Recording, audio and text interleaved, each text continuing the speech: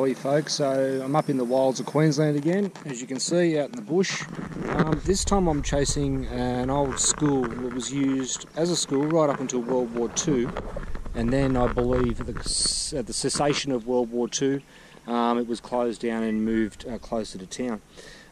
Been here about 15 minutes. Beautiful day today. So far, only thing of any note I've got has been an old razor handle, but I've just uncovered, and it doesn't look like much, but it's just there. It's a little piece of lead.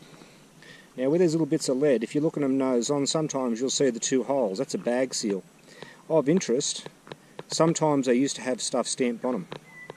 I've found US military ones before, but this one is the first one I've found, and I don't know if you can see that.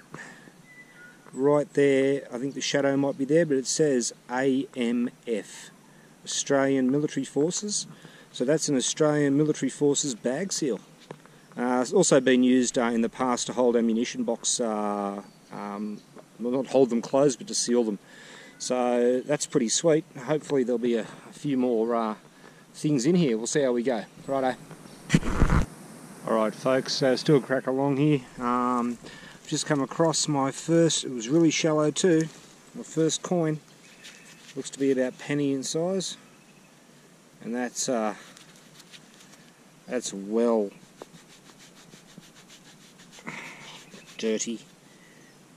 It's King George the 6th on that side, so it's going to be a skippy, and I don't like my chances.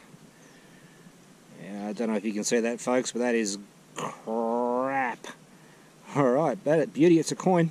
Alrighty, let's crack on, eh? Alright folks, so still cracking along here. I've found a couple of level patches which might be tent lines or maybe the old schoolhouse. I'm still not sure, but I have got something cool in the hole. I don't know if you can see that, but just there, it's just come out of the side wall. It rang off at a nice even 91, 92, and that's a, well, it helps if I put the camera on it. That's a pin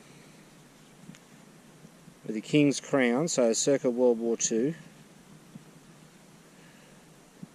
And I'm not sure, it looks to have been, I don't necessarily think it's military, it might have been civilian, but it's hella cool anyway. I'm just going to get it in some shadow, maybe that'll help you be able to see it a bit better. I don't know, but there we go, I'll put it up against a tree. But that's pretty cool. Looks like it's had some stones in it at one stage, which leads me down the line as civilian, but pretty cool nonetheless. Alright, let's crack on, eh? Alright folks, so here's my next target. It's just come out. It was a cracking 90, and you're going to get my shadow here, so I'm going to put it about there, and just here I could see the edge of it as I popped it. Go there. Looks to be a penny. Commonwealth of Australia penny. King George the 5th, I'm going to give that a bit of a rub.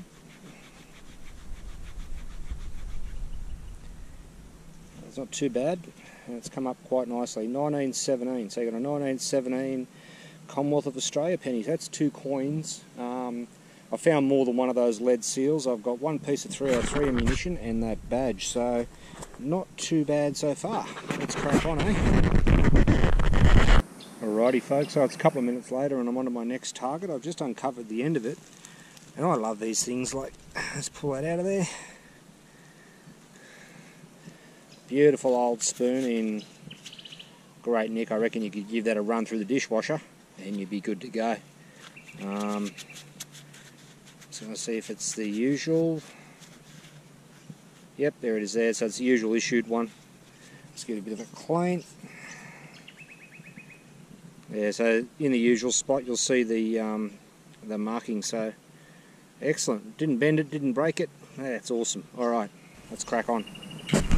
Alright folks, so here's my next find. It's not awe-inspiring, but you can see I've just popped a nice little general workwear button there. That spot just there is where the button just came from, and you can see the button sitting right next to it. Go in there and grab that. It'll be unbranded, all of these kind of workwear buttons were. The civilian ones were either best ring edge or best ring grip or one of those kind of things. That's a perler. Alright, let's crack on. Alright folks, so I just got a cracking 94, fairly shallow, and I was going to live dig it, but there's been so much crap. But you can see, I don't know if you can, I'm just going to open this like a Kinder Surprise. Look at that folks, that looks like a sixpence sized object, and it's got a reeded edge. You can see that. Oh, one rub, look at that. Who we got there? King George the 6th. Flip it over, one rub. There's the coat of arms. I'm going to go with the 1940s. I can't quite see it. Talk amongst yourselves while I rub it. And I still can't see it. It's pretty gunged up, but that is a 925 sterling silver sixpence. Just for those who want to know, I'm using the Deus Hot program, and I'm running in tracking mode. That's the only modification I've made to the Deus Hot program in V4. I haven't gone to V5 yet. Right, let's crack on. Maybe a little bit longer. It's starting to get a bit warm, and I'm getting hot. Righto. Alrighty folks, so you can see I'm on a bit of a kind of a flat pad. This is not a particularly hilly area, but it's got this pad cut into it. I've been finding a little bit of ammunition around here, probably only about 4 or 5 though, so I am still digging the low 80s. And it's kind of fortunate that I am, because if you look just there, I'm going to push down on my trowel just here, and you can see that just popped to the surface there. Yep, and looks like I've got a halfpenny. It's a com. And it's a 1933. There we go there folks, a 1933 commie halfpenny. Sweet. Alright, let's crack on, eh?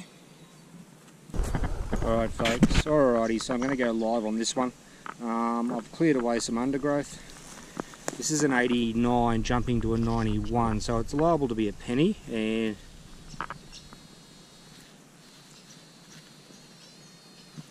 pinpointed right about there. So let's get the trowel in here.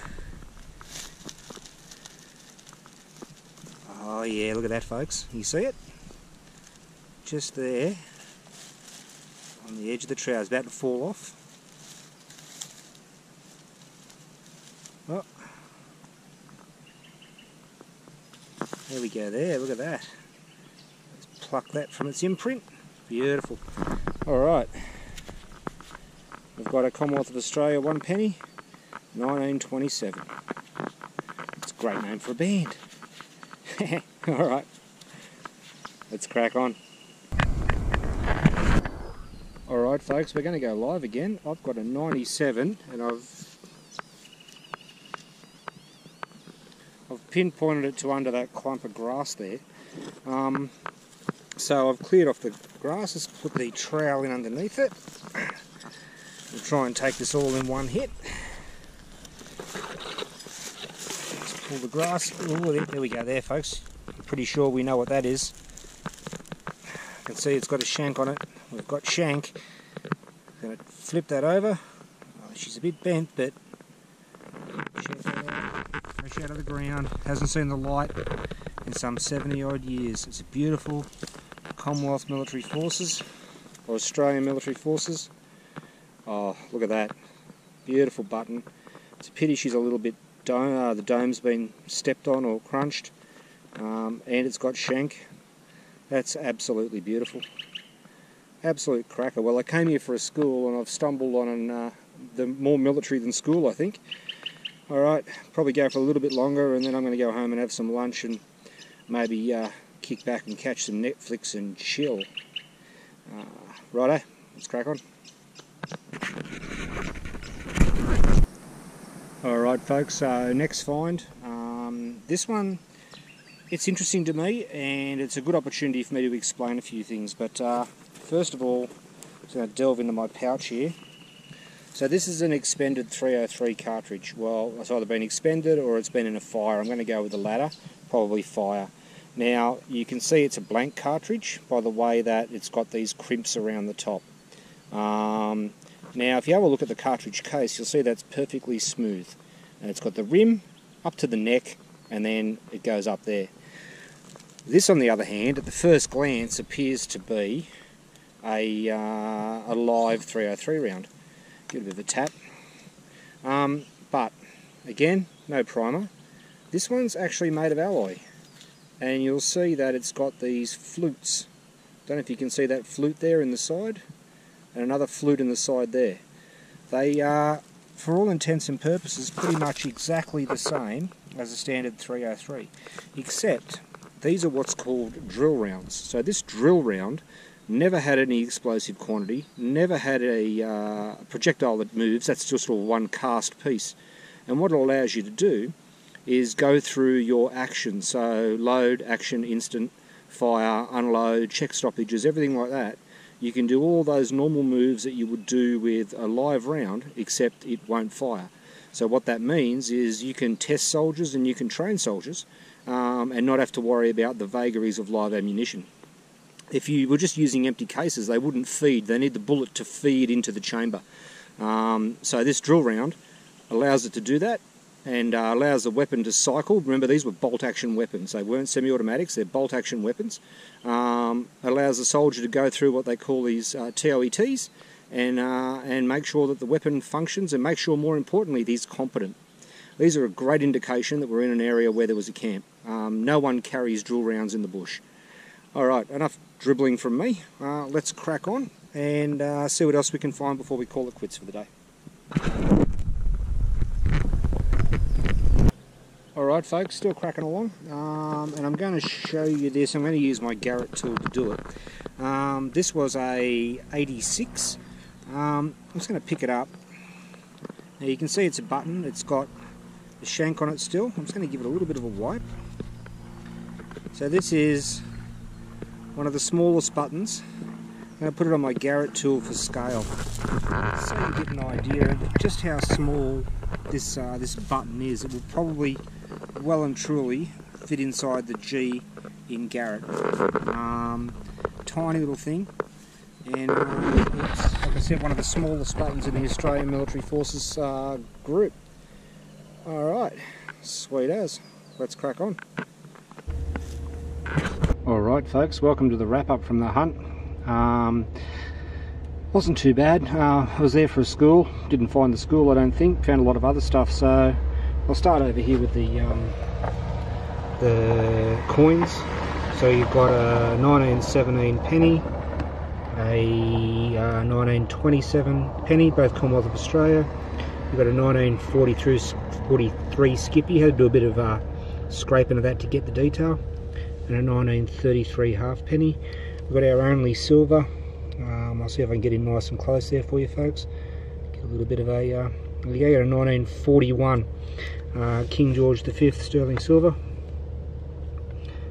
Beautiful little coin. She's a little bit manky, but it hasn't turned out too bad. Over here in the relics, we'll start down the bottom. A whole bunch of, sorry, we'll go lower than that. That pin that I found actually managed to break, so it's a bit unfortunate. Over here in the lead seals, we've got a bunch of them. The one on the left is the only one that I can actually read the AMF detail on. I'll see if I can get in closer for you there. Might even have it upside down there, I think. Let's bring it out in the sun, see if we do any better. There you go there folks. So that's a seal from an ammo tin or something similar. Got a bunch of others there, as you saw.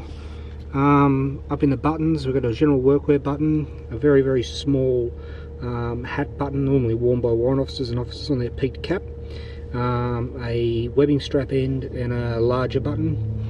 Ammunition wise, a couple of blank 303s and that 303 drill round, and you can probably see that ridge a little bit better. The whole thing's solid, nothing detaches, made of aluminium. That beautiful spoon, absolute cracker that one. And then over here you've got two shaver handles. So they unscrew the bottom of the shaver carrier where the blade goes in. And apparently people like to see how much crap I find, so that is my junk. Just the usual projectiles, the occasional small rusty nail, just the general detritus you find from any camp. That's it, folks. Hope you enjoyed it, and we'll see you on the next one, eh?